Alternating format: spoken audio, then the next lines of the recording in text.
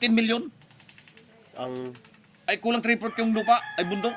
tangina naman nga, no? Ay isipin Megi, ang sabi nung Colonel Lailo, ay hindi. Pinaghirapan ko rin, pinagtrabaho namin rin. Hindi pinita. Investment nila yun eh. Ay tapos ano mong pagkabili niya doon sa kanyang hindi binili yung lupa doon sa kanyang anak. Doon sa mga pinsan niya mga Rocaport, ang may maaari ng mga lupa doon mga Rocaport. Rosita. Ay di pagkabili lang daw niya 800,000 nung unang panahon. Ay ngayon bibili ng 15 million, pinuntaan ng Taiwanese. 15 million. Ayaw pumayag. Babayaran agad yun. Ayaw pumayag. Hindi bayaran agad yun. Akyat yung mga Taiwanese, nakaban. Tinitingnan, tanong po yan.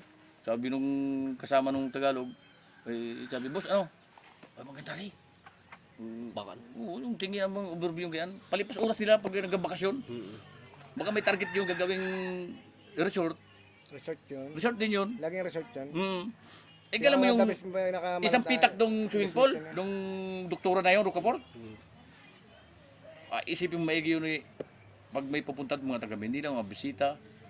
Halimbawa, isang linggo kayo doon, 20 mil, 30 mil. Oh. Isipin. Ay pag yung isang ulo lang, 500. Papasok ka doon, 500 isang ulo. Ay, siya ka. Oo, ganda. Pero pa din yun. Ay pagpapasok doon, magliligo lang, isang ulo, 500. Isipin Megi, kung 10 kayo, di magkano na? Tapos yung package deal pa. Package deal. Wala ka na problema, wala ka na alahanin doon. Basta doon ka na lang maliligo. Basta pasal-pasal ka na lang. Piling mayaman ka na lang doon. May tagaluto. Wala ka na problema dyan. Basta package na. Nandiyan ang pagkain. Isipin mo yun. Pira, mading kagad. Pira. Ay, ang gusto ng mga taga Manila makakangap sila ng mga sariwang hangin. Yan, mga mayayaman na yan. Ay, kina mo bibiling 15 million ng Taiwanese?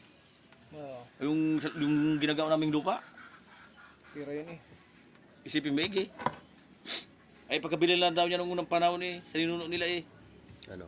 ay 800,000 lang. Kulang isang hektarya lang, 3/4 lang. Oh. 3/4 na. Ay, hindi pininta. 1,000 isang metro, ibig sabihin nun. Mari. 1,000 isang metro, parang dito sa atin din lang. Ganun. 1,000,000 isang hektarya.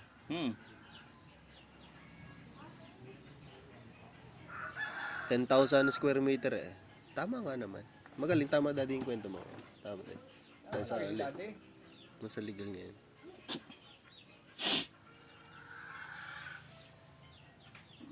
Ay, ganyan mong pagdating ng alas 6, huwag ka ng pakalat-kalat.